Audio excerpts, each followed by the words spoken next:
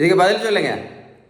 ஒரு 100 வருஷத்துக்கு முன்னாடி நம்ம தாத்தாவும் பாட்டி இருக்காங்க எல்லாம் 100 வருஷத்துக்கு எழுந்திருப்பாங்க தாத்தா பாட்டி.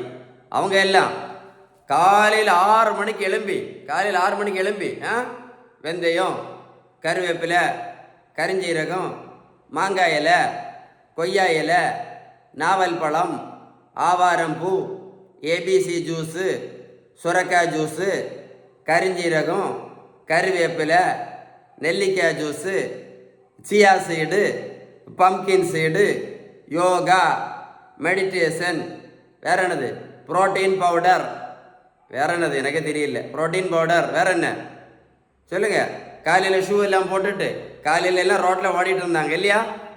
காலையில் 6 மணிக்கு கிளம்பி ஏபிசி ஜூஸு, சுரக்காய் juice, chia seed, pumpkin seed இதெல்லாம் தான் காலையில் சாப்பிட்டுட்டு இருந்தாங்க. அப்படி தானே? நல்லா கேட்டுக்கிடுங்க. மருத்துவத்தில் உள்ள ஸ்டாண்டர்ட் புத்தகம் ஹாரிசன். இந்த புத்தகம் என்ன சொல்ல தெரியுமா?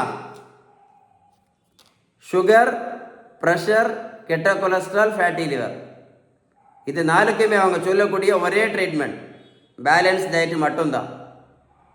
அப்புறம் நல்ல உடல் உழைப்பு, அப்புறம் நல்ல தூக்கம். புரிஞ்சிருக்கோன்னு நினைக்கிறேன். நீங்கள் பேலன்ஸ் டயட்டு ஃபாலோ பண்ணலேன்னு வைங்களேன், வாழ்க்கை முழுவதும் இன்சுலினும், வாழ்க்கை முழுவதும் சுகர் மாத்திரையும், ப்ரெஷர் மாத்திரையும், கொலஸ்ட்ரால் மாத்திரை கூட தான் நம்ம வாழணும் அப்படின்னு நான் சொல்லலை, இந்த புத்தகம் சொல்லுது ஹாரிசன். ஸோ அதனால் பேலன்ஸ் டயட் பற்றி ஏதாவது டீட்டெயில்ஸ் வேணும்னு இந்த நம்பரில் கால் பண்ணி பேசுங்க. இல்லை பேலன்ஸ் டயட் பற்றி ரொம்ப டீட்டெயிலாக வேணும் கமெண்ட்ஸில் குட்டுன்னு டைப் பண்ணுங்கள். இந்த வீடியோ கூட போட்டு கேளுங்க.